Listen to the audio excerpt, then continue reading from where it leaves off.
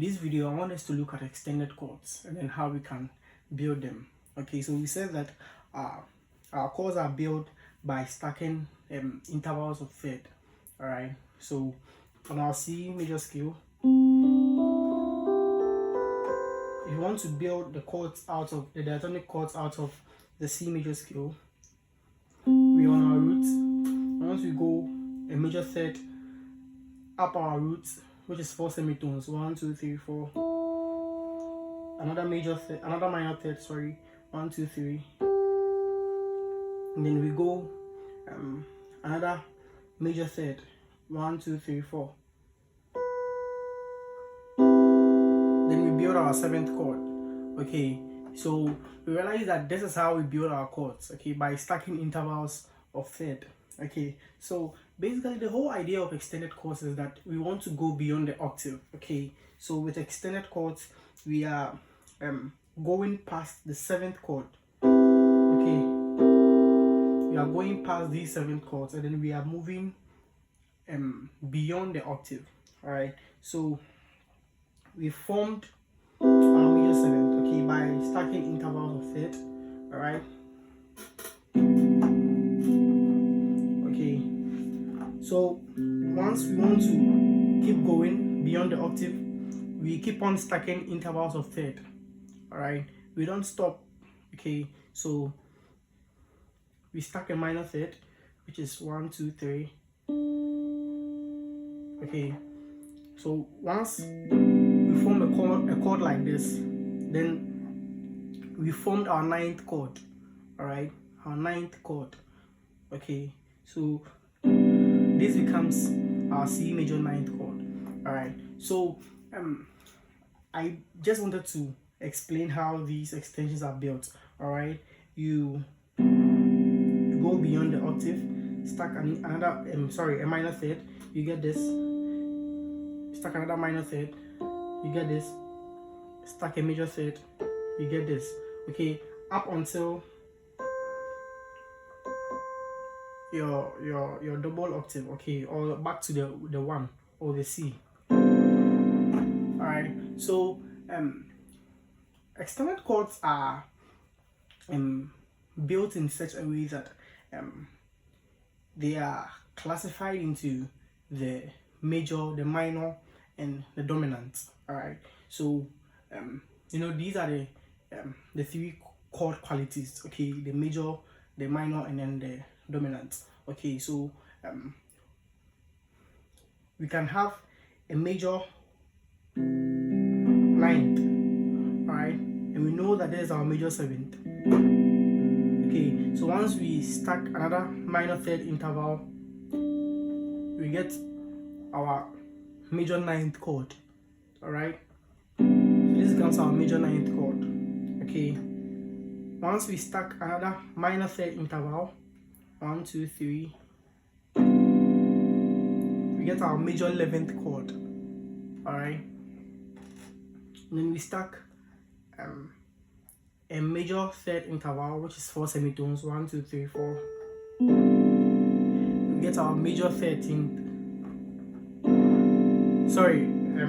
major 13th chord. All right, you can stack another minor third, which will be 1 2 3, but it will take you back to your 1. Okay, so there is nothing special. All right, so the extended chords basically end on the 13th. All right, so that is it for the major chord qualities, and then we can have minor as well. Okay, so let's build our minor 7th chord. All right, since that is our foundation. All right, so our minor 7th chord, which is the 1, the flat 3, the 5, and then the flat 7. Okay, so we know this is our minor 7th chord. All right, so once you add a major third to it, all right, once you add a major third to it, which is 4 semitones, you get 1 2 3 4. All right, so this becomes your minor 9th chord. All right, your minor 9th chord. All right, Alright, so let's keep building. We add our minor third to it. 1, 2, 3. This gives us our minor 11th chord. We add our major third to it. 1, 2, 3, 4. With our minor 13th chord. Alright, so that is it for the minor chord qualities. Alright, so we can look at the dominance too. Okay, so we notice how we build our dominance chord, our 1, our 3, our 5, and then our flat 7. Okay, so in that same spirit, alright, so a major third, which is 4 semitones, 1, 2, 3, 4. Okay, 1, 2, 3. So this gives you your dominant 9th chord. Alright, then you count a minor third, 1, 2, 3. Dominant 11th chord, 1, 2, 3, 4, which is a major third. Dominant 13th chord. Alright, so you realize that these extensions are basically notes that are already in our octave. Okay, so let's take our C major 9 chord. Okay, if this is our C major 9 chord, this line over here is already the 2. Okay, that is just being played an octave apart. Okay, and then the 11th, okay, is just the perfect fourth. Alright, it's just the perfect fourth that is being played apart. Okay, the 13th, alright, is just the major set that is being played apart, an octave apart. Alright, so these extensions are simply what we already have in our octave. Okay, so basically these are our extended chords. All right, the basic extended chords that we have. Okay, but then playing all these notes together, sometimes it becomes so crowded. Okay, the chord becomes very, very crowded, so we sometimes have to leave some notes out. Okay, we need to leave some of the notes out so that we can have a very clean chord. Okay, so let me give an example. Right, so let's say our major 7th chord, our major 9th chord. Right, this is our major 9th chord. Okay, so we know that for our chord, the chord characteristic is defined by the 3rd and then the 7th notes. All right, so in our major 9th, the chord is defined by the 3rd and the 7th note. Okay, so we can leave this out. All right, we can leave this out, which is the 5th. All right, so this can be our major 9th.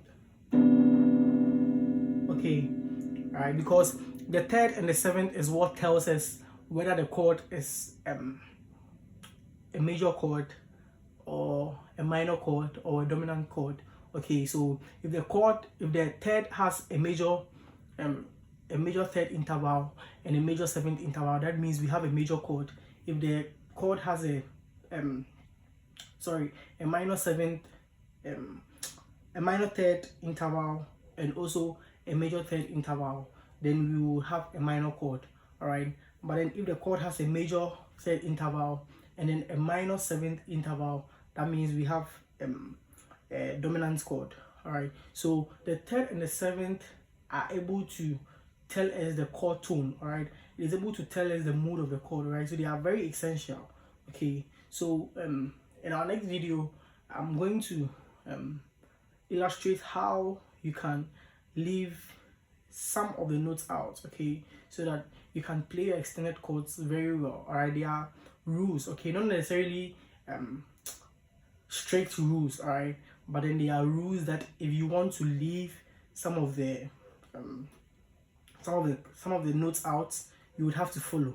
Okay, a chord like the 11th chord. Okay, so let's take the major 11th chord. You realize that the 11th over here is basically an octave of the 4th. Okay, so playing it like this makes it more crowded. Okay, all right. So in a situation like this, you would find a way to alter the chord. All right, alter the chord. So you can either alter the 11. Okay, you can either alter the 11 a semitone up,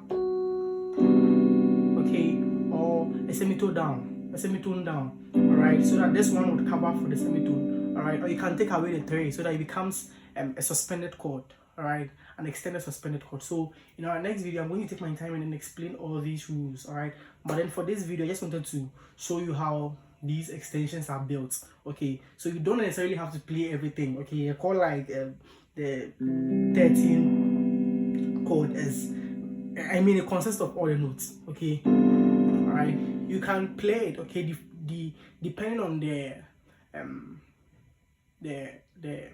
harmonic, how should I say it, depending on the kind of harmony you're working on, you can choose to play it. Okay, if it sounds good, that's fine. All right, but if you want to leave some of them out, there are rules to leaving it out. Okay, so that is what leads us to the chord alteration and then the added tones. Okay, so in our next video, I'm going to do all to explain all that.